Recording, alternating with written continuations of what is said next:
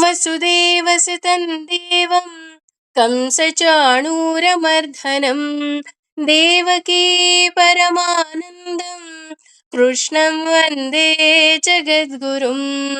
ಶ್ರೀಕೃಷ್ಣಂ ವಂದೇ ಜಗದ್ಗುರುಂ.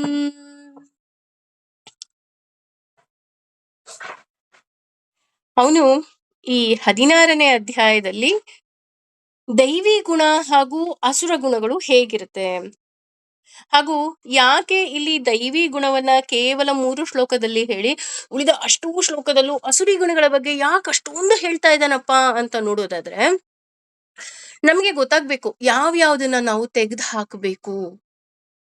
ಯಾಕೆ ಅಂತ ಅಂದ್ರೆ, ನಮ್ಮಲ್ಲಿ ಇರುವಂತಹ ಎಲ್ಲ ಕಲ್ಮಶಗಳನ್ನ ತೆಗೆದು ಹಾಕಿ ನಮ್ಮ ಮನಸ್ಸನ್ನ ಸುಂದರ ಮಾಡಿಕೊಂಡಾಗ ಮಾತ್ರ ಭಗವಂತ ಬಂದು ಕೂರೋದಿಕ್ಕೆ ಸಾಧ್ಯ.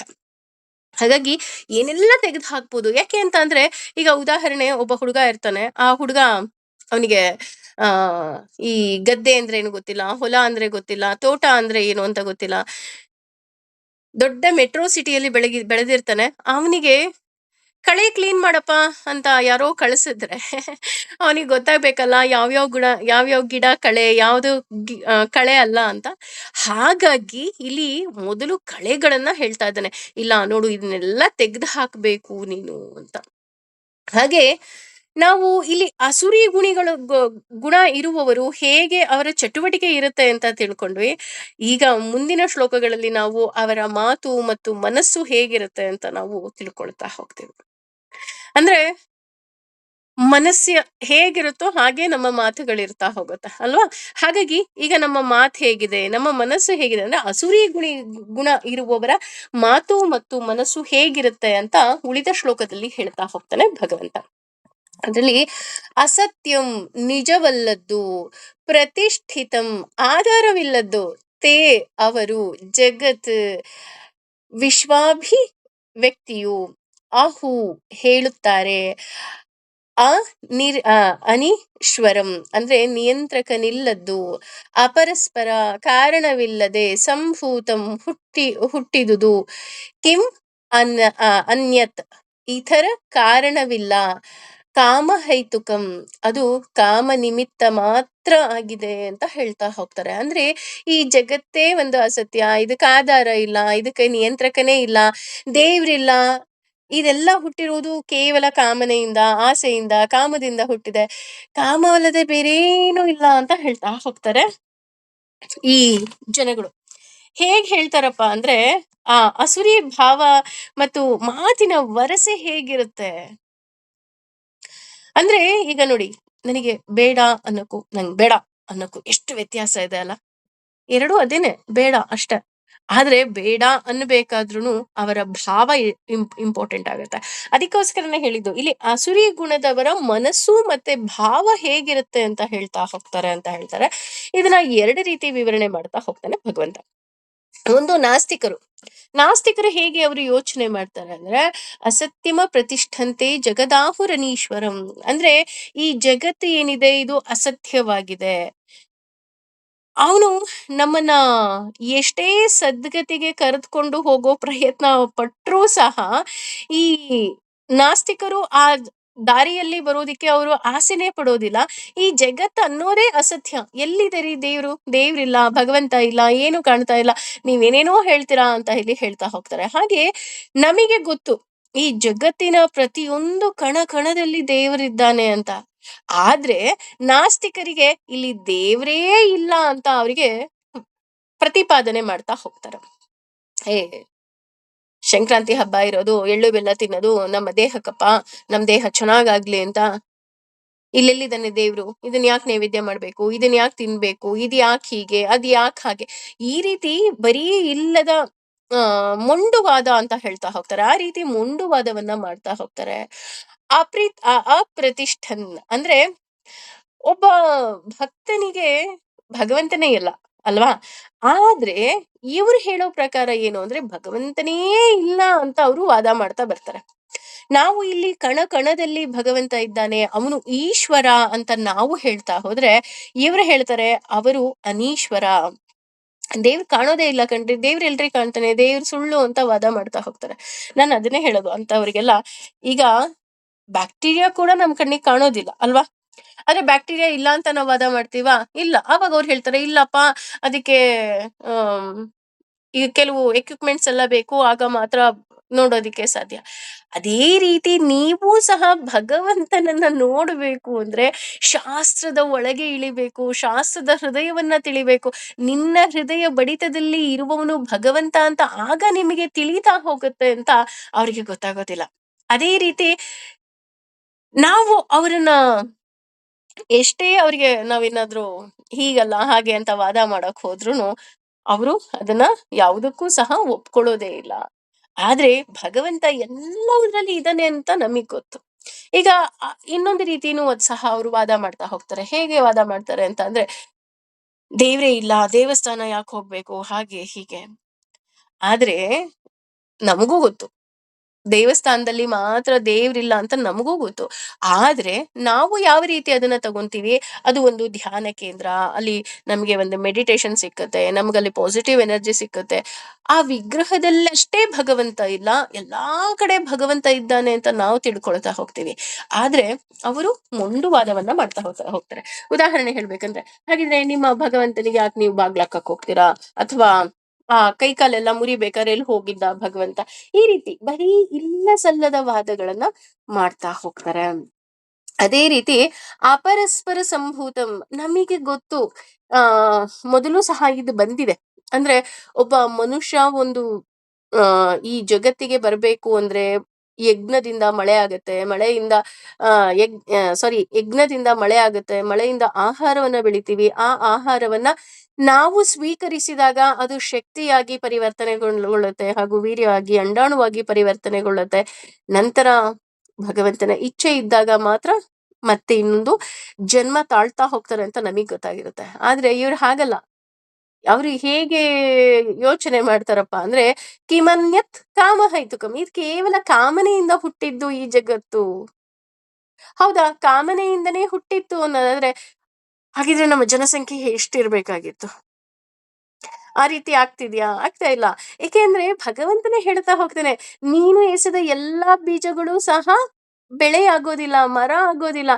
ಆದ್ರೆ ನನ್ನ ಆಶೀರ್ವಾದ, ನನ್ನ ಕರುಣೆ ಎಲ್ಲಿರುತ್ತೋ ಅದು ಮಾತ್ರ ಮರ ಆಗ್ತಾ ಹೋಗುತ್ತೆ ಅಂತ ಭಗವಂತ ಎಷ್ಟು ಸ್ಪಷ್ಟವಾಗಿ ಹೇಳಿದ್ರು ಸಹ ಇವರು ಅದನ್ನ ಒಪ್ಪೋದೇ ಇಲ್ಲ. ಹಾಗೇನೆ ಲೋಕ ಹೇಗ್ ಬಂತು ಅಂದ್ರೆ ಕಾಮಹೈತುಕಂ ಅಂತ ಹೇಳ್ತಾ ಹೋಗ್ತಾರೆ ಅಷ್ಟೇನೆ. ಇವ್ರು ಒಂದೇ ರೀತಿಯಾದಂತಹ ಜನ ಆದ್ರೆ ಇನ್ನೊಂದು ರೀತಿಯ ಜನ ಇರ್ತಾರೆ. ಅವರು ಹೇಗೆ ಇದನ್ನ ವಿವರಣೆ ಮಾಡ್ತಾರಪ್ಪ ಅಂತಂದ್ರೆ, ಈ ಜಗತ್ತು ಅನ್ನೋದೇ ಸುಳ್ಳು, ಮಾಯೆ ಅಂತ ಹೇಳಲಿಕ್ಕೆ ಶುರು ಮಾಡ್ಬಿಡ್ತಾರೆ. ಹೇಗೆ ಅಂತ ಅಂದ್ರೆ, ಒಂದು ಹಗ್ಗ ಬಿದ್ದಿರುತ್ತೆ. ಆ ಹಗ್ಗ ಬಿದ್ದಾಗ ಆ ಹಗ್ಗವನ್ನ ನಾವು ಹಾವು ಅಂತ ಸಪೋಸ್ ನಾವೇನಾದ್ರು ತಪ್ಪು ತಿಳ್ಕೊಂಡ್ಬಿಟ್ರೆ ಅವ್ರು ಹೇಳ್ತಾರಲ್ಲ, ನೋಡಿದ್ಯಾ ಅದು ಹಗ್ಗ ಆಗಿತ್ತು, ಹಾವಾಗಿರ್ಲಿಲ್ಲ. ಹಂಗೇನೆ ಈ ಜಗತ್ತು ಅನ್ನೋದು ಅಷ್ಟೇನೆ, ಇದು ಒಂದು ಮಾಯೆ ಅಷ್ಟೇ. ನೀನು ಮಾಯೆಯ ಸಿಲ್ಕೊಂಡಿದ್ಯಾ, ಭಗವಂತ ಇಲ್ಲ, ಏನು ಇಲ್ಲ. ಈ ಜಗತ್ತು ನಡ್ಸೋದಿಕ್ಕೆ ಭಗವಂತನೂ ಬೇಡ. ನಮಗೆ ಗೊತ್ತು ಬ್ರಹ್ಮನಿಂದ ಈ ಜಗತ್ತು ಸೃಷ್ಟಿ ಆಯ್ತು ಅಂತ.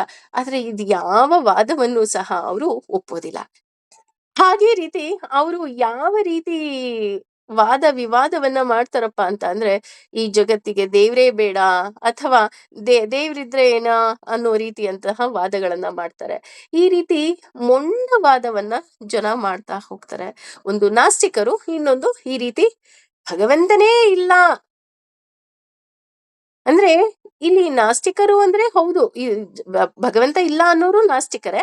ಆದ್ರೆ ಈ ನಾಸ್ತಿಕರು ಏನ್ ಮಾಡ್ತಾರೆ, ಈ ರೀತಿ ಎರಡು ರೀತಿಯಾದಂತಹ ವಾದವನ್ನ ಮಾಡ್ತಾ ಹೋಗ್ತಾರೆ ಅಂತ ಇಲ್ಲಿ ಹೇಳ್ತಾ ಹೋಗ್ತಾರೆ. ಅಂದ್ರೆ ಇದು ಕೇವಲ ನಾಸ್ತಿಕರಷ್ಟೇ ಅಲ್ಲ, ಈ ನಾಸ್ತಿಕರು ಅಂತ ನಾವೇನ್ ಹೇಳ್ತಾ ಇದೀವಿ, ಇದೂ ಸಹ ಅಸುರಿ ಗುಣಗಳೇ, ಅವರ ಮನೋಭಾವನೆಗಳು ಅಂತ ಹೇಳ್ತಾ ಹೋಗ್ತಾರೆ.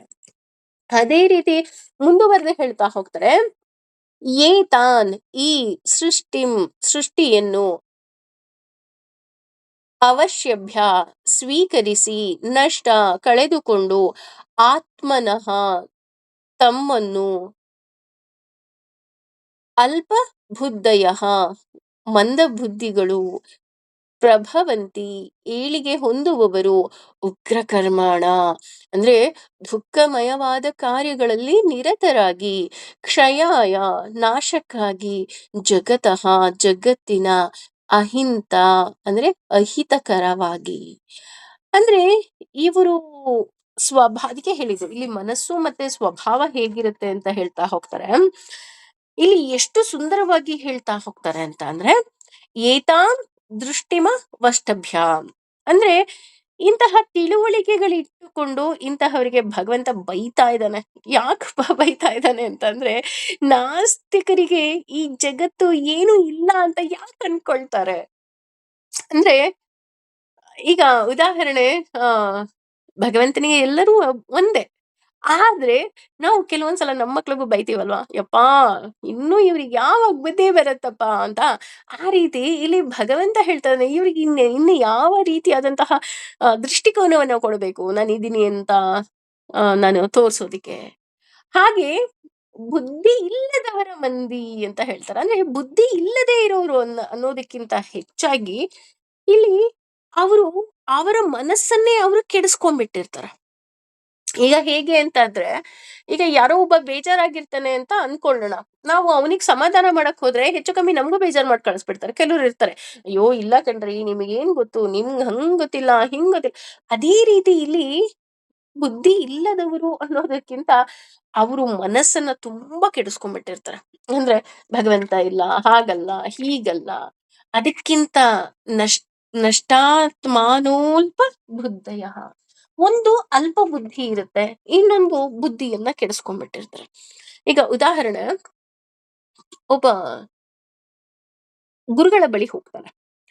ಗುರುಗಳ ಬಳಿ ಹೋಗಿ ಆ ನನಗೆ ತುಂಬಾ ಒಳ್ಳೇದಾಗ್ಬೇಕು, ಏನ್ ಮಾಡ್ಬೇಕು ಅಂತ ಹೇಳ್ತಾರೆ. ಆಗ ಗುರುಗಳು ಹೇಳ್ತಾರೆ, ನೀನು ಏನೆಲ್ಲ ನೋಡ್ತೀಯ ಅದೆಲ್ಲವೂ ಸಹ ಹಸಿರಾಗಿರ್ಬೇಕು, ಆ ರೀತಿ ನೋಡ್ಕೋ ಅಂತ ಹೇಳ್ತಾರೆ. ಹಂಗ ಅವನೇನ್ ಮಾಡ್ತಾನೆ, ಮನೆಗ್ ಬಂದು ಇಡೀ ಮನೆ ಪೇಂಟೇ ಚೇಂಜ್ ಮಾಡ್ಬಿಡ್ತಾನೆ.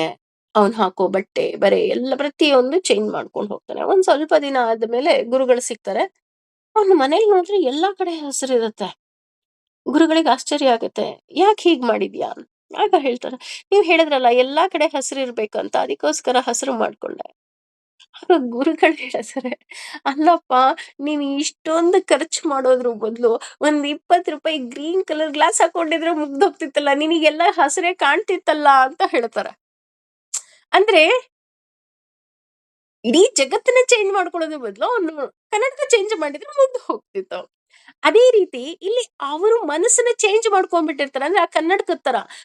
ಹಾಗಾಗಿ ಅವ್ರಿಗೆ ಕಾಣೋದೆಲ್ಲ ಏನಾಗಿರುತ್ತೆ, ಬರೀ ಕೆಟ್ಟದ್ದೇ, ಬರೀ ಅಲ್ಪ ಬುದ್ಧಿಯದ್ದೇ, ಈ ರೀತಿ ಅವರ ಮನಸ್ಸಿರುತ್ತೆ.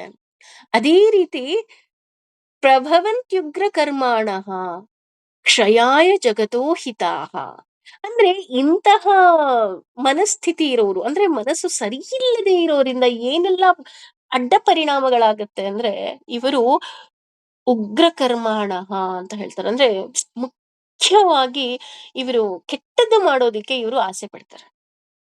ಉದಾಹರಣೆ ನಮ್ಮ ಸುತ್ತಮುತ್ತನೂ ಇರ್ಬೋದು. ಆ ನೀವ್ ಹೋಗ್ ಹೇಳಿದ್ರ ನನ್ ಬೈದೆ ಅಂತ ಅವ್ರಿಗ್ ಗೊತ್ತಾಗ್ಬೇಕು ಕಣ್ರಿ. ಅವ್ರಿಗ್ ಗೊತ್ತಾದಾಗ್ಲೇ ಅವ್ರಿಗೆ ತುಂಬಾ ಖುಷಿ. ಅಂದ್ರೆ ಬೇರೆಯವರ ದುಃಖದಲ್ಲಿ ದೇ ಫೀಲ್ ಸೋ ಹ್ಯಾಪಿ. ಇದು ಅಸುರಿ ಗುಣ ಅಂತ ಹೇಳ್ತಾರೆ. ಯಾರಲ್ಲಾದ್ರೂ ಇದ್ರೆ ಅಥವಾ ಅಪ್ಪಿತಪ್ಪಿ ನಮ್ಮಲ್ಲೂ ಇದ್ರು ಆ ಬುದ್ಧಿಯನ್ನ ಫಸ್ಟ್ ಬಿಟ್ಬಿಡ್ಬೇಕು. ಯಾಕೆ ಅಂತ ಅಂದ್ರೆ ಅದು ಉಗ್ರರ ಗುಣ ಅಂತ ಹೇಳ್ತಾರೆ. ನಾವೇನ್ ಅನ್ಕೊಂಡ್ಬಿಡ್ತೀವಿ, ಉಗ್ರವಾದಿಗಳು, ಉಗ್ರರು ಅಂತ ಅಂದ್ರೆ ದೇಶಕ್ಕೆ ಕಂಟಕರು, ಅವರು ದೇಶವನ್ನ ನಾಶ ಮಾಡ್ತಾರೆ, ಹಾಗೆ ಹೀಗೆ.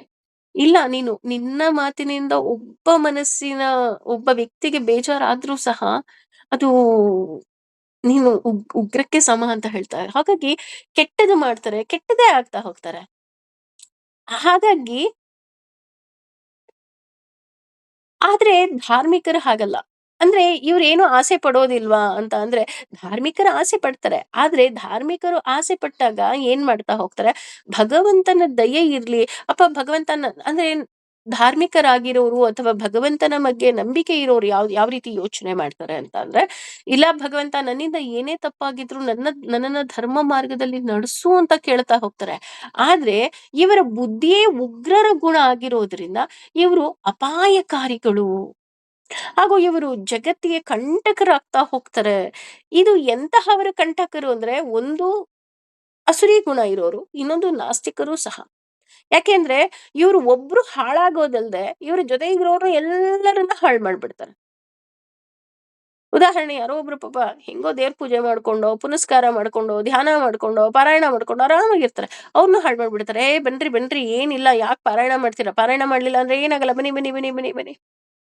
ನೋ. ಅಂದ್ರೆ ಅದಕ್ಕೆ ಹೇಳಿದ್ದು, ಇವರ ಮನಸ್ಸು ಕೆಡಿಸ್ಕೊಂಡಿರ್ತಾರೆ. ಇವ್ರಿಗೆ ಬುದ್ಧಿ ಇರೋದಿಲ್ಲ. ಒಂದು ಅಲ್ಪ ಬುದ್ಧಿ, ತಿಳ್ಕೊಂಡಿದ್ದು ಎಲ್ಲ ತಪ್ಪು ತಪ್ಪು. ಹಾಗಾಗಿ ಏನ್ ಮಾಡ್ತಾರೆ, ಇವರ ಆ ನಡವಳಿಕೆ ಹೇಗಿರುತ್ತೆ, ಉಗ್ರರ ಹಾಗಿರುತ್ತೆ. ಹಾಗೂ ಜಗತ್ತಿಗೆ ಅಹಿತಕರವನ್ನ ಇವರು ಮಾಡೋದಕ್ಕೇನೆ ಮುಂದಾಗ್ತಾ ಇರ್ತಾರೆ ಅಂತ ಇಲ್ಲಿ ಹೇಳ್ತಾ ಹೋಗ್ತಾನೆ ಭಗವಂತ. ಅದು ಮುಂದುವರೆದು ಹೇಳ್ತಾ ಹೋಗ್ತಾನೆ,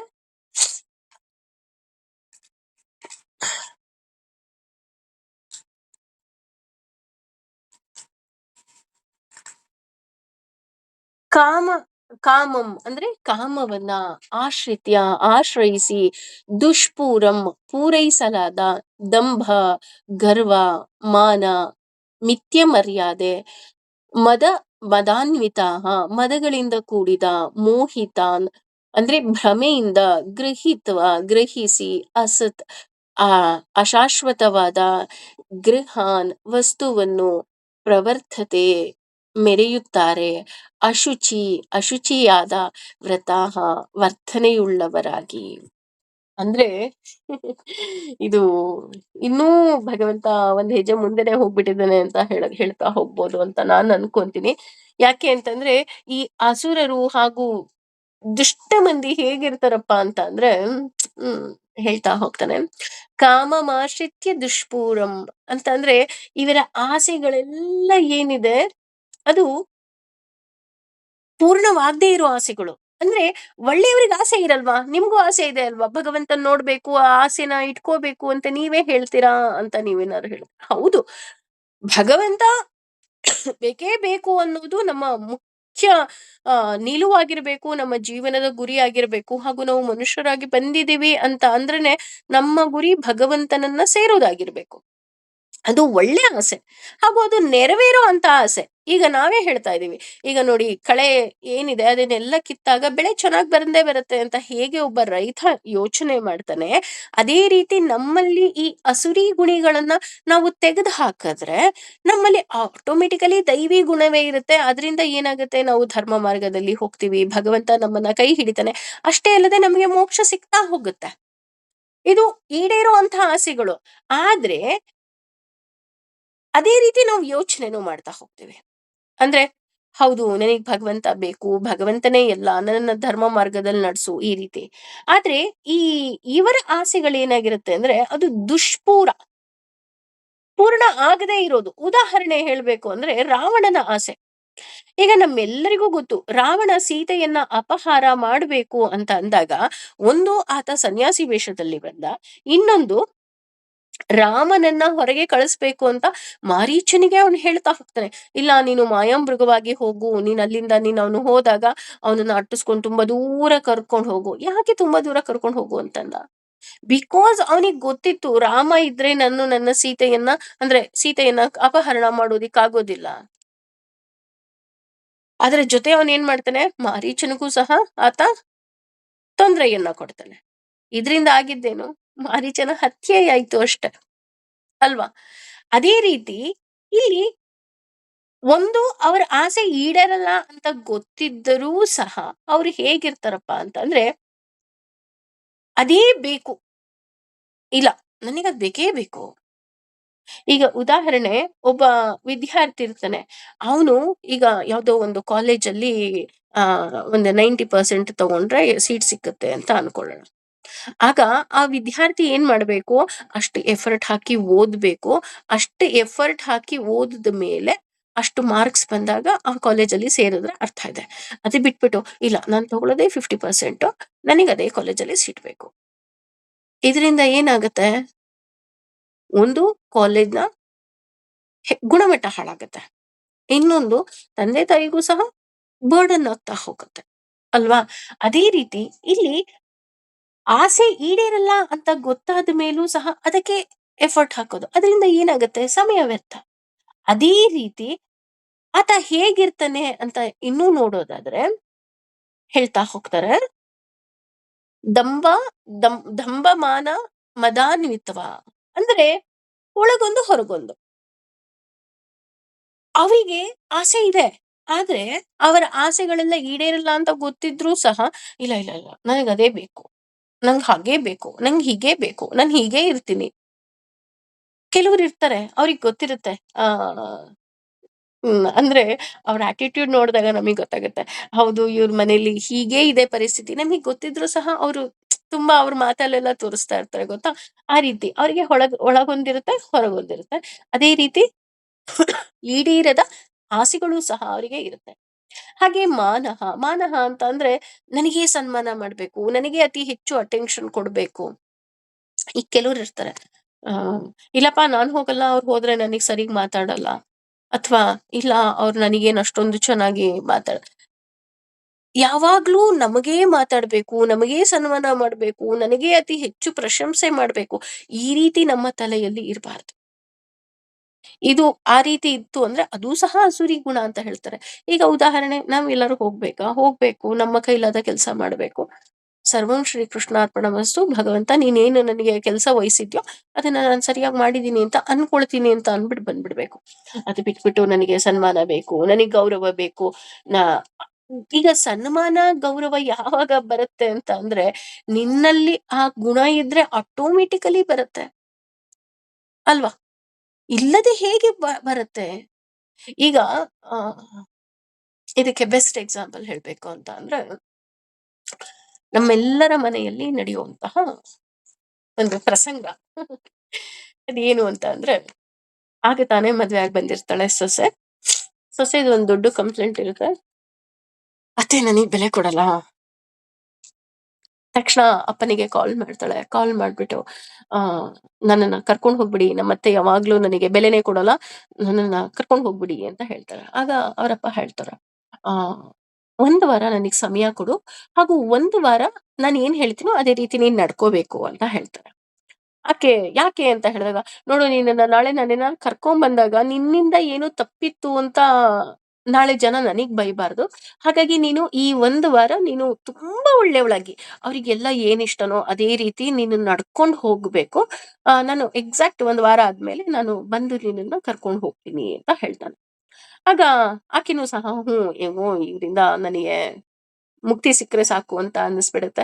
1 ವಾರ ಅತ್ತೆಗೆ ಏನೇನ್ ಬೇಕೋ ಅದನ್ನೇ ಮಾಡ್ತಾಳೆ, ಮನೆ ಕೆಲ್ಸ ಎಲ್ಲಾ ಮಾಡ್ತಾಳೆ, ಇನ್ ಟೈಮಿಗೆ ಎದ್ದೇಳ್ತಾಳೆ, ಇನ್ ಟೈಮಿಗೆ ಕೆಲ್ಸಗಳನ್ನ ಮುಗಿಸ್ತಾಳೆ, ಮನೆ ಮಂದಿ ಎಲ್ಲರನ್ನೂ ತುಂಬಾ ಸಂತೋಷವಾಗಿ ನೋಡ್ಕೊಳ್ತಾಳೆ, ಎಲ್ಲಾ ಮಾಡ್ತಾಳೆ. ಇದ್ದಕ್ಕಿದ್ದ ಹಾಗೆ 1 ವಾರ ಆದ್ಮೇಲೆ ಅವ್ರ ತಂದೆ ಬರ್ತಾರೆ. ಅವ್ರ ತಂದೆ ಬರ್ತಿದ್ದ ಹಾಗೆ ಯಾಕ್ ಬಂದ್ರಿ ಅಂತ ಕೇಳ್ತಾಳೆ. ಆಗ ಅವ್ರು ಹೇಳ್ತಾರೆ, ನೀನೇ ಹೇಳ್ದಿಲ್ಲ 1 ವಾರ ಆದ್ಮೇಲೆ ಕರ್ಕೊಂಡ್ ಹೋಗು ಅಂತ, ಅದಕ್ಕೆ ನಾನ್ ಕರ್ಕೊಂಡ್ ಹೋಗಕ್ ಬಂದೆ. ಆಮೇಲೆ ಒಳಗಡೆ ಬನ್ನಿ ಅಂತ ಕರೆದಾಗ ಅವ್ರ ಅತ್ತೆ ಹೇಳ್ತಾರೆ, ಅಯ್ಯೋ ನಿಮ್ಮ ಮಗಳು ತುಂಬಾ ಒಳ್ಳೆಯವಳು, ಶಿ ಈಸ್ ಸೋ ಸ್ವೀಟ್ ಅಂತ ಎಲ್ಲ ಅವ್ರ ಮನೆ ಮಂದಿ ಎಲ್ಲ ಆಕೆನ ತುಂಬಾ ಇಷ್ಟ ಪಡ್ತಾರೆ. ಆಗ ಅವಳು ಹೇಳ್ತಾಳೆ, ಇಲ್ಲ ಇಲ್ಲ ನನಗೆ ನೀವೇನ್ ಹೇಳ್ಬೇಕು ಅಂತಿದ್ರಿ ನಂಗೆ ಅದ್ ಅರ್ಥ ಆಯ್ತು. ಅಂದ್ರೆ ಮೊದಲು ನಾವೇನಾದ್ರನ್ನ ಬಯಸ್ತೀವಿ ಅಂತ ಅಂದ್ರೆ ಮೊದಲು ಅದನ್ನ ನಾವು ಕೊಡ್ಬೇಕು. ಉದಾಹರಣೆ, ನಾನು ಮದ್ವೆ ಆಗಿ ಬಂದಾಗ ನಾನು ಅವ್ರು ಯಾರಿಗೂ ಪ್ರೀತಿ ಕೊಡ್ತಾ ಇರ್ಲಿಲ್ಲ, ಆದ್ರೆ ಕೇವಲ ಪ್ರೀತಿಯನ್ನ ಬಯಸ್ತಾ ಇದ್ದೆ. ಆದ್ರೆ ಈಗ ನೀವೇನ್ ಮಾಡಿದ್ರಿ, 1 ವಾರ ನನಗೆ ಪ್ರೀತಿಯನ್ನ ಕೊಡೋದಿಕ್ಕೆ ಹೇಳಿದ್ರಿ. ನಾನು ವಿಥೌಟ್ ಎನಿ ಎಕ್ಸ್ಪೆಕ್ಟೇಷನ್ಸ್ ನಾನು ಬರೀ ಪ್ರೀತಿಯನ್ನ ಕೊಡ್ತಾ ಹೋದೆ. By the end of the day ನನಗೆ ಕೊನೆಯಲ್ಲಿ ಏನ್ ಸಿಕ್ತು ಅಂತ ಅಂದ್ರೆ, ನನಗೆ ಅವರಿಂದ ಪ್ರೀತಿ ಸಿಕ್ತು. ಇದು ಅತ್ತೆ ಸೊಸೆ ಅಂತನೋ ಅಥವಾ ಮಗ ಅಳಿಯ ಅಂತನೋ ಯಾರು ಅಂತನಲ್ಲ, ನಮ್ಗೆ ಯಾವ ವ್ಯಕ್ತಿಯಿಂದ ಪ್ರೀತಿ ಬೇಕು ಅಂದ್ರೂ ಸಹ ಮೊದಲು ನಾವು ಪ್ರೀತಿಯನ್ನ ಕೊಡೋದ್ ಕಲ್ತ್ಕೋಬೇಕು. ಹಾಗಂದ ತಕ್ಷಣ ಕೆಲವ್ರು ಅನ್ಬೋದು, ಇಲ್ಲ ನಾವ್ ಎಷ್ಟೇ ಪ್ರೀತಿ ಕೊಟ್ರು ಅವ್ರ ಕಡೆಯಿಂದ ಬರೋದಿಲ್ಲ, ಅವಾಗ ಅದನ್ನ ಅಸುರಿ ಗುಣ ಅಂತ ಹೇಳಿ ಬಿಟ್ಬಿಡ್ಬೇಕು ಅಷ್ಟೇ. ಹಾಗೆ ಇಲ್ಲಿ ಅವರ ಆಸೆಗಳೆಲ್ಲ ಹೇಗಿರುತ್ತೆ, ಅದ್ಯಾವುದೂ ಸಹ ಈಡೇರುವುದಿಲ್ಲ. ಅದೇ ರೀತಿ ಪಾಂಡವರಿಗೆ ನೋಡಿ, ಅವರಿಗೆ ಬೇಡ ಅಂದ್ರೂನು ಸಹ ಅವರು ಕಾಡಿನಲ್ಲಿದ್ರೂ ಸಹ ಏನಾಗ್ತಾ ಇತ್ತು, ಗೌರವ ಹುಡುಕ್ಕೊಂಡ್ ಬರ್ತಾ ಇತ್ತು. ಇದಕ್ಕೆ ಪಾಂಡವರ ಉದಾಹರಣೆನೂ ಕೊಡಬಹುದಾಗಿತ್ತು. ಆದ್ರೆ ನಾನು ಪಾಂಡವರ ಉದಾಹರಣೆಗಿಂತ ದಿನ ನಡುವಂತಹ ಉದಾಹರಣೆ ಕೊಟ್ರೆ ಐ ಥಾಟ್ ಇದು ಸೂಕ್ತ ಅಂತ ಅನ್ನಿಸ್ತು. ಹಾಗಾಗಿ ನಾನು ಆ ಉದಾಹರಣೆಯನ್ನ ಇಲ್ಲಿ ನಾನು ಕೊಟ್ಟೆ. ಇನ್ನು ಮದಾನ್ವಿತಾಹ ಅಂತ ಅಂದ್ರೆ ಆ ಒಂದು ರೀತಿಯ ದರ್ಪ ಇರುತ್ತೆ, ಸೊಕ್ಕಿರುತ್ತೆ, ನಾನೇ ಎಲ್ಲ ಅನ್ನೋದಿರುತ್ತೆ, ನನ್ನಿಂದ ಅನ್ನೋದಿರುತ್ತೆ. ಯಾವಾಗ ನಾವು ಆ ಗುಣವನ್ನ ಬಿಡ್ತೀವಿ, ಆಗ ಭಗವಂತ ನಮ್ಮನ್ನ ಮೇಲಕ್ಕೆತ್ತುತ್ತಾ ಹೋಗ್ತಾನೆ ವಿನಃ, ಈ ಎಲ್ಲಾ ಗುಣಗಳಿದ್ದಾಗ ಖಂಡಿತವಾಗ್ಲೂ ಭಗವಂತ ನಮ್ಮನ್ನ ಮೇಲಕ್ಕೆತ್ತೋದಿಕ್ಕೆ ಸಾಧ್ಯವೇ ಇಲ್ಲ. ಹಾಗೇನೆ ಇಲ್ಲಿ ಎಷ್ಟು ಸುಂದರವಾಗಿ ಹೇಳ್ತಾನೆ ಅಂತ ಅಂದ್ರೆ, ಮೋಹಾದ್ ಗೃಹೀತ್ವಾ ಸದ್ಗತಾನ್ ಅಂತ ಅಂದ್ರೆ, ಯಾವ ವಿಷಯದಲ್ಲೂ ಸಹ ಅವರು ಒಂದು ಸರಿಯಾಗಿ ಅರ್ಥನೇ ಮಾಡ್ಕೊಂಡಿರೋದಿಲ್ಲ. ಉದಾಹರಣೆ, ಈಗ ಹಾಸ್ಪಿಟ್ಲ್‌ಗೆ ಹೋಗ್ತೀವಿ ಅಂತ ಅನ್ಕೊಳ್ಳೋಣ. ಈಗ ಫಾರ್ ಎಕ್ಸಾಂಪಲ್ ಅತ್ತೆ ಹಾಸ್ಪಿಟಲ್ ಅಲ್ಲಿ ಅಡ್ಮಿಟ್ ಆಗಿರ್ತಾರೆ. ಅಡ್ಮಿಟ್ ಆದಾಗ ನಾವು ಅವ್ರನ್ನ ಮಾತಾಡ್ಸಕ್ ಹೋಗ್ತೀವಿ. ಹೇಗಿದ್ದೀರಾ? ತಕ್ಷಣ ಅವ್ರು ಹೇಳೋದು, ನೋಡು ನನಗ್ ಗೊತ್ತು ಹುಷಾರಿಲ್ಲ ಅಂತ. ಆದ್ರೂನು ಅವ್ರು ಕೇಳ್ತಾರೆ ಹೇಗಿದ್ದೀರಾ ಅಂತ. ಅಂದ್ರೆ ಪಾಪ ಅವ್ರ ಇಂಟೆನ್ಷನ್ ಅದ್ ಇರೋದೇ ಇಲ್ಲ. ಅವ್ರ ಇಂಟೆನ್ಷನ್ ಏನಿರುತ್ತೆ, ಕ್ಯಾಶುಯಲಿ ದೇ ಆರ್ ಆಸ್ಕಿಂಗ್ ಹೇಗಿದ್ದೀರಾ? ಬಟ್ ಅದಕ್ಕೆ ಅವರು ತಪ್ಪು ತಿಳ್ಕೊಳ್ಳೋದು. ಒಂದು ಯಾವ ವಿಷಯದ ಬಗ್ಗೆನೂ ಸರಿಯಾಗಿ ತಿಳ್ಕೊಂಡಿರೋದಿಲ್ಲ. ಇನ್ನೊಂದು ತಪ್ಪಾಗಿ ತಿಳ್ಕೊಳ್ಳೋದು. ಅದರ ಜೊತೆಗೆ ಅವ್ರು ಹೇಳೋದೇನು ಅಂದ್ರೆ, ನಾವೇ ಸರಿ ಅನ್ನುವಂತಹ ವಾದ ಮಾಡೋದು. ಇಲ್ಲ ನಿಮಗ್ ಗೊತ್ತಿಲ್ಲ, ನಮ್ ಸೊಸೆನೇ ಸರಿ ಇಲ್ಲ ಗೊತ್ತಾ, ನಮ್ ಸೊಸೆ ಹೆಂಗೆ ಗೊತ್ತಾ, ಮಗನ್ ಬುಟ್ಟಿ ಹಾಕೊಂಡ್ಬಿಟ್ಟಿದ್ದಾರೆ, ಹಂಗ್ ಹಾಕೊಂಡ್ಬಿಟ್ಟಿದ್ದಾರೆ, ಹಿಂಗ್ ಹಾಕೊಂಡ್ಬಿಟ್ಟಿದ್ದಾರೆ, ಇಲ್ಲ ಅವ್ರು ಹಾಗೆ ಇವ್ರು ಹೀಗೆ, ನೀವ್ ಅವ್ರ ಬಗ್ಗೆ ತಪ್ಪು ತಿಳ್ಕೊಂಡಿದೀರಾ, ನೀವ್ ಇವ್ರ ಬಗ್ಗೆ ತಪ್ಪು ತಿಳ್ಕೊಂಡಿದೀರಾ. ನೋ, ಈ ರೀತಿ ತಪ್ಪು ತಿಳುವಳಿಕೆ ಇರುವುದು ಸಹ ಅಸುರಿ ಗುಣ ಅಂತ ಇಲ್ಲಿ ಹೇಳ್ತಾ ಹೋಗ್ತಾರೆ. ಹಾಗೆ ಅವರೇ ಸರಿ ಅಂತ ವಾದ ಮಾಡ್ತಾ ಹೋಗ್ತಾರೆ. ಇದು ಕೇವಲ ಯಾವುದೋ ಒಂದು ರಿಲೇಶನ್ಶಿಪ್ ಬಗ್ಗೆ ಹೇಳ್ತಾ ಇಲ್ಲ, ದೇವರ ವಿಷಯದಲ್ಲೂ ಹಾಗೆ ಮಾತಾಡ್ತಾರೆ. ಅಯ್ಯೋ ನಿಮಗೇನ್ರಿ ಗೊತ್ತು, ಈ ದೇವ್ರನ್ ಪೂಜೆ ಮಾಡ್ಬೇಕಿತ್ತು, ಆ ದೇವ್ರನ್ ಪೂಜೆ ಮಾಡ್ಬೇಕಿತ್ತು, ಈ ವ್ರತ ಮಾಡ್ಬೇಕಿತ್ತು, ಆ ವ್ರತ ಮಾಡ್ಬೇಕಿತ್ತು, ಹೀಗೇ ಮಾಡ್ಬೇಕಿತ್ತು, ಹಾಗೇ ಮಾಡ್ಬೇಕಿತ್ತು. ನೋ, ಈ ರೀತಿಯಾದಂತಹ ತಪ್ಪು ತಿಳುವಳಿಕೆ, ತಪ್ಪು ಗ್ರಹಿತ್ವ ಅವರಲ್ಲಿ ಇರುತ್ತೆ. ಅಸತ್ಗ್ರಹಾನ್ ಅಂತ ಅಂದ್ರೆ ಕೆಟ್ಟ ನಿಯಮಗಳನ್ನ ಅವರು ಪಾಲನೆ ಮಾಡ್ತಾ ಇರ್ತಾರೆ. ಅಂದ್ರೆ ಬರೀ ಮನಸ್ಸಿನಲ್ಲಿ ಕೆಟ್ಟ ಆಲೋಚನೆಗಳು. ಅದಕ್ಕೆ ನೋಡಿ ವಿಷ್ಣು ಸಹಸ್ರನಾಮದಲ್ಲಿ ಎಷ್ಟು ಸುಂದರವಾಗಿ ಬರುತ್ತೆ ಅಂದ್ರೆ, ಆಚಾರ ಪ್ರಭೋ ಧರ್ಮೋ ಧರ್ಮಸ್ಯ ಪ್ರಭುರಚ್ಯುತಃ ಅಂತ ಹೇಳ್ತಾರೆ. ಒಂದು ನಮ್ಮ ಮನಸ್ಸಿನಲ್ಲಿ ಒಂದು ಒಳ್ಳೆ ಆಚರಣೆ ಇರಬೇಕು. ಅವಾಗ ಮಾತ್ರ ನಾನು ಆ ಪ್ರಭು ಅಚ್ಯುತನನ್ನ ಮೀಟ್ ಮಾಡೋದಿಕ್ಕೆ ಸಾಧ್ಯವೇ ವಿನಃ, ನಾನು ಅವನನ್ನ ನೋಡ್ಬೇಕು ಅಂದಾಗ ಬರೀ ಕೆಟ್ಟ ಆಲೋಚನೆಗಳಿದ್ರೆ ಹೇಗೆ ಸಾಧ್ಯ? ಅದಕ್ಕೆ ಹೇಳೋದು, ನಮ್ಮ ಮನಸ್ಸು ಯಾವಾಗ್ಲೂ ಸಹ ಶುದ್ಧವಾಗಿರಬೇಕು. ಯಾಕೆ ಶುದ್ಧವಾಗಿರ್ಬೇಕು ಅಂದ್ರೆ, ಅದ್ರಲ್ಲಿ ನಾವು ಭಕ್ತಿ ಅನ್ನೋ ಹಾಲನ್ನ ಹಾಕಿದಾಗ ಅದು ಒಡೆದು ಹೋಗ್ಬಾರ್ದು ಅಲ್ವಾ? ಒಂದ್ ಹಾಲಿನ ಪಾತ್ರೆ ಎಷ್ಟು ಶುದ್ಧವಾಗಿರುತ್ತೋ ಅಷ್ಟು ಹಾಲ್ ಕ್ಲೀನ್ ಆಗಿರುತ್ತಲ್ವಾ? ಅಂದ್ರೆ ಇದೆಲ್ಲ ದಿನನಿತ್ಯದ ಚಟುವಟಿಕೆಗಳನ್ನ ನಾವು ಪ್ರತಿನಿತ್ಯ ಮಾಡುವಂತಹ ಆ ಇದಾಗಿರ್ಬೇಕು. ಅಂದ್ರೆ ಆಚರಣೆಗಳಾಗಿರ್ಬೇಕು. ಇಲ್ಲ ನನಗ್ ಭಗವಂತ ಬೇಕು, ಭಗವಂತನಿಂದನೇ ಎಲ್ಲ ಅನ್ನುವಂತಹ ಪರಿಕಲ್ಪನೆ ನಮ್ಮಲ್ಲಿ ಇರ್ಬೇಕು. ಅದುವೇ ಮುಂದುವರೆದು ಇಲ್ಲಿ 11 ಮತ್ತು 12ರಲ್ಲಿ ಹೇಳ್ತಾ ಹೋಗ್ತಾನೆ ಭಗವಂತ. ಚಿತ್ತಂ, ಭಯ ಮತ್ತು ಆತಂಕಗಳು, ಅಪರಿಮೇಯಂ ಅಂದ್ರೆ ಅಳತೆಗೆ ನಿಲುಕದ, ಚ ಮತ್ತು ಪ್ರಲಯ ಆತಂ ಅಂದ್ರೆ ಮರಣದವರೆಗೆ, ಉಪಾಶ್ರಿತಾಹ ಆಶ್ರಯಿಸಿ, ಕಾಮಭೋಗಾಹ ಇಂದ್ರಿಯ ತೃಪ್ತಿಗೆ, ಪರಮಾಹ ಜೀವನದ ಅತ್ಯುತ್ತಮ ಗುರಿ ಉಳ್ಳವರಿಗಾಗಿ, ಏತಾನ್ ಹೀಗೆ, ಇತಿ ಈ ರೀತಿಯಲ್ಲಿ, ನಿಶ್ಚಿತಾಹ ಎಂದು ನಿಶ್ಚಯಿಸಿಕೊಂಡು, ಆಶಾಪಾಶ ಆಶೆಯ ಬಲೆಯಲ್ಲಿ ಅಂದ್ರೆ ಆಸೆಯ ಬಲೆಯಲ್ಲಿ, ಶತ್ಯಾಹ ನೂರಾರರಿಂದ, ಬದ್ಧಾಹ ಬದ್ಧರಾಗಿ, ಕಾಮಾಹ ಕಾಮ ಕ್ರೋಧ ಕ್ರೋಧಗಳು, ಪರಾಯಣಾಹ ಮನೋಭಾವದಲ್ಲಿಯೇ ಇದ್ದಾಗ ಯಾವಾಗಲೂ ಇರುತ್ತಾ, ಈ ಹಂತೆ ಬಯಸುತ್ತಾರೆ, ಕಾಮ ಕಾಮ ಭೋಗ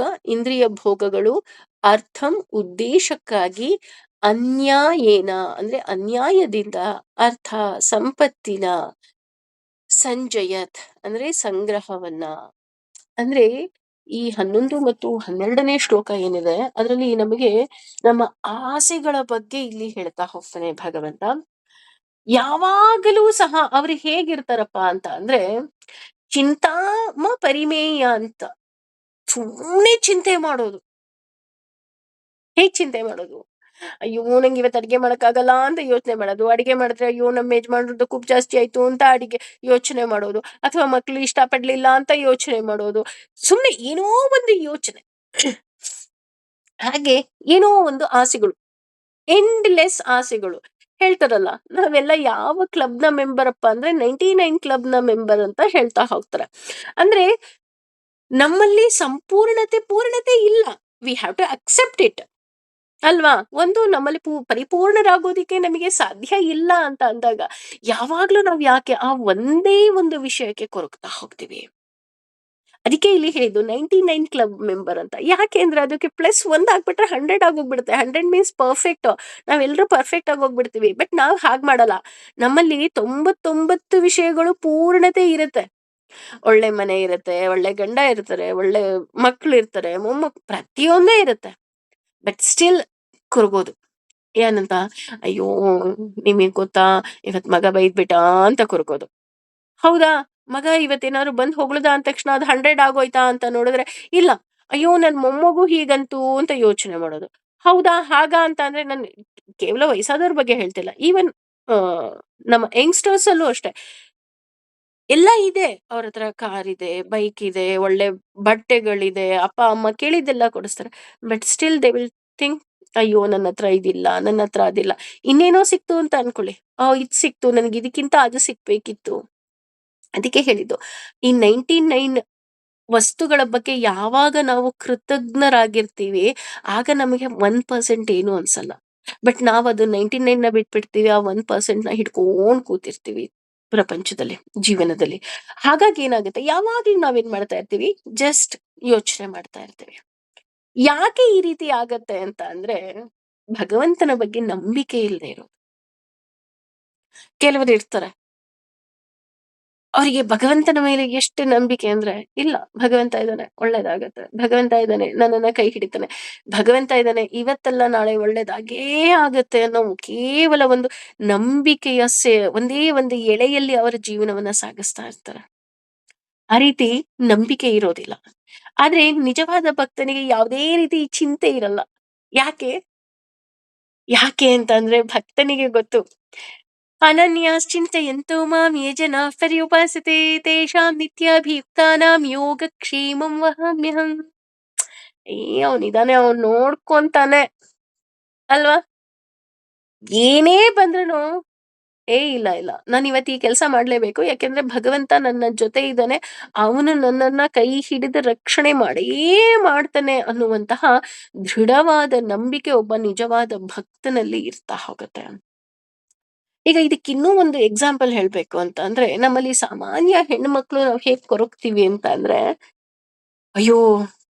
ನನಗೆ ಈಗ ಐ ಆಮ್ ಪ್ರೆಗ್ನೆಂಟ್, ನನಗೆ ಪಾಪು ಆಗೋಗ್ಬಿಟ್ರೆ ನಾನು ಎಲ್ಲಿಗೆ ಹೋಗ್ಲಿ? ನನಗ್ ಬಾಣಂತನ ಯಾರ್ ಮಾಡ್ತಾರೆ?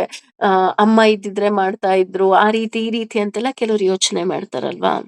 ಸಪೋಸ್ ಅಮ್ಮ ಇಲ್ದೇ ಇರೋರು ಆ ರೀತಿ ಯೋಚನೆ ಮಾಡ್ತಾರೆ ಅಂತ ಅನ್ಕೊಳ್ಳೋಣ. ಆದ್ರೆ ಕೋಗಿಲೆಗೆ ಅಮ್ಮ ಇದ್ರೂ ಸಹ, ಕೋಗಿಲೆ ಅದ್ರ ಮೊಟ್ಟೆಯನ್ನ ಎಲ್ಲಿಡುತ್ತೆ? ತಗೊಂಡೋಗ್ ಕಾಗೆ ಗೂಡಲ್ಲಿ ಇಡುತ್ತೆ. ಆದ್ರೆ ಕಾಗೆ ಏನ್ ಮಾಡತ್ತೆ? ರಕ್ಷಣೆ ಮಾಡತ್ತೆ. ಗುಟುಕುನು ಕೊಡುತ್ತೆ.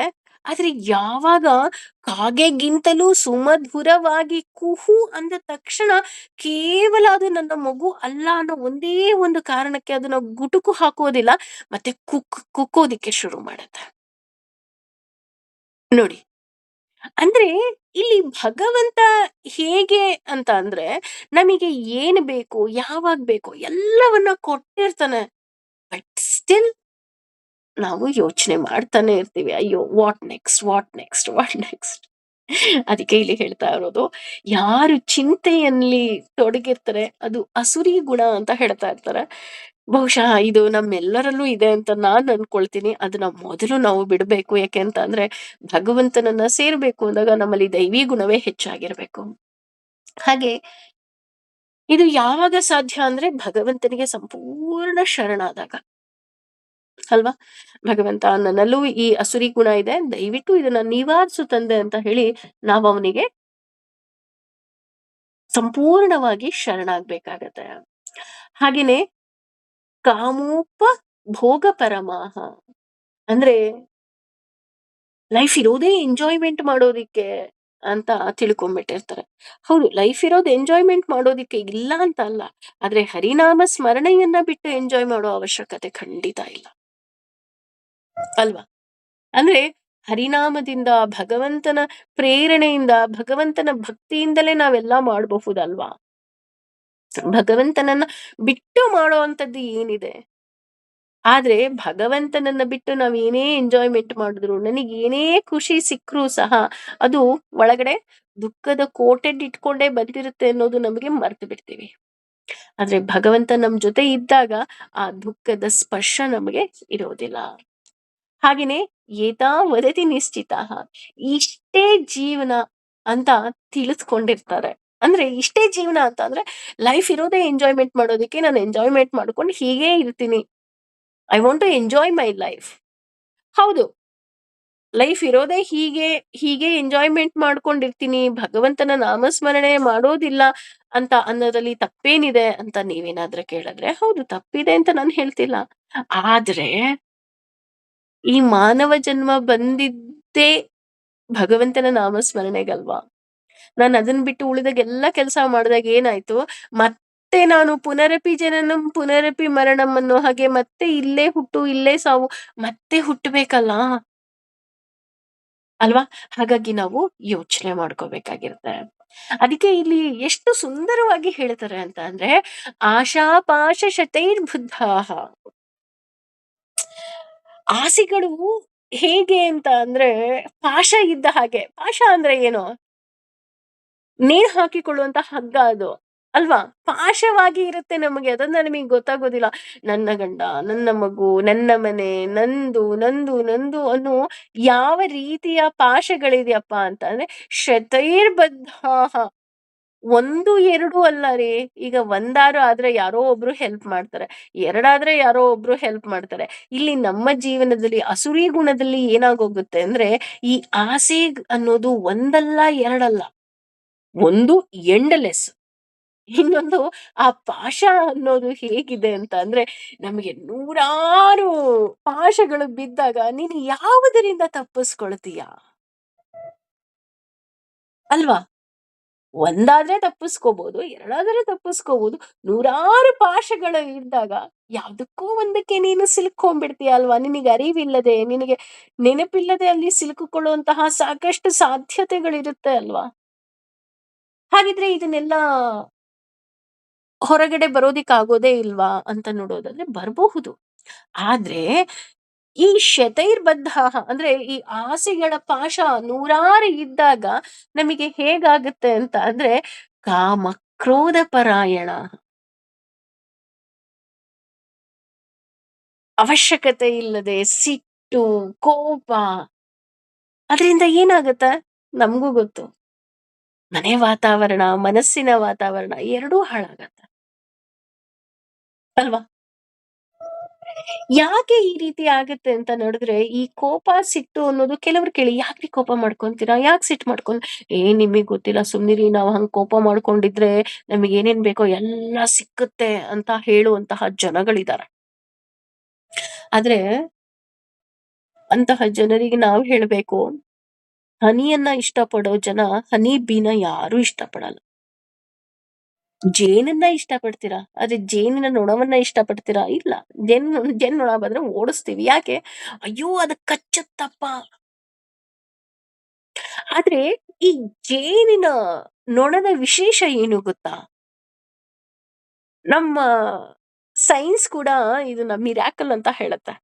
ಯಾಕೆ ಅಂತ ಅಂದ್ರೆ, ಒಂದು ಕ್ರಿಮಿಗೆ ಅದರ ದೇಹದ 2ರಷ್ಟು ಅದರ ವಿಂಗ್ಸ್ ಇರ್ಬೇಕಂತೆ, ರೆಕ್ಕೆ ಇರ್ಬೇಕಂತೆ.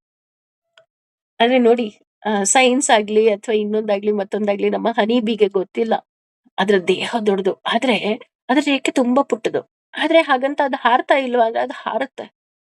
ಹೇಗೆ ಹಾರುತ್ತೆ ಅಂದ್ರೆ ಅದ್ರ ವಿಲ್ ಪವರ್ ಇಂದ. ಅದು ಗೊತ್ತಿದೆ.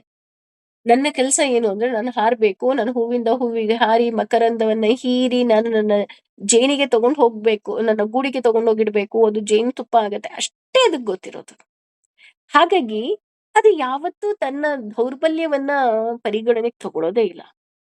ಹಾಗಂತ ಅದನ್ನ ಯಾರು ಇಷ್ಟಪಡಲ್ಲ. ಯಾಕೆ? ಅದು ಕಚ್ಚುತ್ತೆ. ಅದೇ ರೀತಿ ನಾವು ಸಿಟ್ಟು ಮಾಡ್ಕೊಳ್ತಾ ಇದ್ರೆ, ಕೋಪ ಮಾಡ್ಕೊಳ್ತಾ ಇದ್ರೆ, ಮಾತು ಮಾತಿಗೆ ಕೂಗಾಡ್ತಾ ಇದ್ರೆ ಯಾರು ಇಷ್ಟಪಡಲ್ಲ. ನೀವ್ ಅನ್ಕೋಬಹುದಷ್ಟೇ ಕೆಲ್ಸ ಆಗ್ತಿದೆ ಅಂತ. ಆದ್ರೆ ಕೆಲ್ಸ ಆಗತ್ತೆ ಬಿಟ್ರೆ ಹಿಂದೆ ಅದರ 100ರಷ್ಟು ನಿಮಗೆ ಮನೆಯವರೇ ಆಗ್ಬೋದು, ಹೊರಗ್ನವರೇ ಆಗ್ಬಹುದು 100% ಬೈಕೊಳ್ತಾರೆ. ಇಲ್ಲ, ಇಲ್ಲ ನೀವು ಮಾಡಿದ್ ಸರಿ ಅಂತ ಅನ್ಬಹುದು ಎದುರುಗಡೆ. ಆದ್ರೆ ಹಿಂದೆ 100% ಬೈತಾರೆ. ಅದೇ ರೀತಿ ಆಸೆಯನ್ನ ನಾವು ಆಶ್ರಯ ಕೊಡ್ತಾ ಹೋಗ್ತೀವಿ. ಏ ಇಲ್ಲ ಬಾ ನನಗಿದ್ ಬೇಕು, ಅದು ಬೇಕು. ಅದಕ್ಕೆ ಹೇಳಿದ್ದು ಇಲ್ಲಿ ಆಸೆಗಳನ್ನ ಪಾಶಕ್ಕೆ ಕಂಪೇರ್ ಮಾಡ್ತಾ ಇದಾರೆ. ನಾವ್ ಏನನ್ನಾದ್ರೂ ಒಂದು ಆಸೆ ಪಡ್ತಾ ಇದೀವಿ ಅಂತ ಅಂದ್ರೆ ಅದರಿಂದ ನಾವು ದೂರ ಇರ್ಬೇಕು ಅಂತಾನೆ ಹೇಳ್ತಾ ಹೋಗ್ತಾರೆ. ಇದಕ್ಕೆ ಒಂದು ಸುಂದರವಾದ ಕತೆ ಹೇಳ್ಬೇಕು ಅಂತ ಅಂದ್ರೆ ಒಂದು ಸಾರಂಗ ಮತ್ತೆ ಒಂದು ಕುದುರೆ ಇಬ್ರು ಫ್ರೆಂಡ್ಸ್. ಆದ್ರೆ ಏನೋ ಗೊತ್ತಿಲ್ಲ ಇಬ್ರಿಗೂ ವೈಮನಸ್ಯ ಬಂದ್ಬಿಡತ್ತೆ. ವೈಮನಸ್ಯ ಬಂದ ತಕ್ಷಣ ಕುದುರೆಗೆ ತುಂಬಾ ಕೋಪ ಬಂದ್ಬಿಡತ್ತೆ. ಕೋಪ ಬಂದು ಕೋಪದಲ್ಲಿ ತಗೊಳ್ಳೋ ನಿರ್ಧಾರ ಹೇಗಿರುತ್ತೆ ಅನ್ನೋದಕ್ಕೆ. ಆ ಒಬ್ಬ ಬೇಟೆಗಾರನ ಹತ್ರ ಹೋಗುತ್ತೆ. ಬೇಟೆಗಾರನ ಹತ್ರ ಹೋಗಿ, ನೋಡು ನೀನು ಹೋಗಿ ಅದನ್ನ ಸಾಯಿಸ್ಬಿಡು ಆ ಸಾರಂಗವನ್ನ ಅಂತ ಹೇಳುತ್ತೆ. ಆಗ ಅವನು ಹೇಳ್ತಾನೆ, ನೋಡು ಸಾರಂಗ ತುಂಬಾ ಚೆನ್ನಾಗಿ ಜೋರಾಗಿ ಓಡುತ್ತೆ.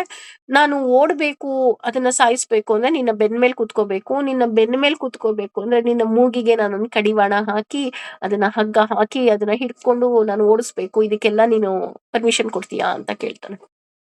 ಹ್ಞೂ ಅಂತ ಹೇಳತ್ತೆ.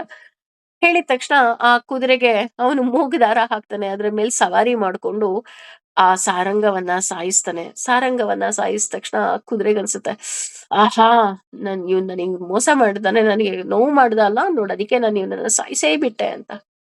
ಆಗ ಆ ಬೇಟೆಗಾರನಿಗೆ ಹೇಳತ್ತೆ, ಸರಿ ಹಾಗಿದ್ರೆ ನನ್ ಬಿಟ್ಬಿಡ್ತೀಯಾ ಅಂತ. ಆಗ ಬೇಟೆಗಾರ ನಗ್ತಾ ಹೇಳ್ತಾನೆ, ನಿನ್ನನ್ ನಾನ್ ಯಾಕ್ ಬಿಡ್ಲಿ? ನಿನ್ನ ಕೆಲ್ಸ ಆಯ್ತು ಆದ್ರೆ ನನ್ನ ಕೆಲ್ಸ ಆಗಿಲ್ಲ. ನಾನ್ ಇರೋವರೆಗೂ ನೀನು ನನಗೆ ಗುಲಾಮನಾಗಿರ್ಬೇಕು ಅಂತ ಹೇಳ್ತಾನೆ.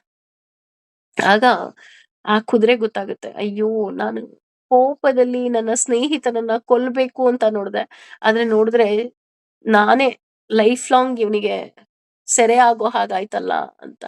ಅಂದ್ರೆ ಯಾಕೆ ಇಲ್ಲಿ ಹೇಳ್ತಾ ಇದ್ದೀನಿ ಅಂದ್ರೆ, ಈ ಈಡೇರದ ಆಸೆಗಳಿಂದ ಸಿಟ್ಟು ಕೋಪ ಬರ್ತಾ ಹೋಗುತ್ತೆ. ಈ ಸಿಟ್ಟು ಕೋಪದಿಂದ ನಾವು ತಗೊಳ್ಳೋ ನಿರ್ಧಾರ ನಮ್ಮ ಜೀವನವನ್ನೇ ನಾಶ ಮಾಡುತ್ತೆ ವಿನಃ ಬೇರೆ ಯಾರ ಜೀವನವನ್ನ ನಾಶ ಮಾಡ.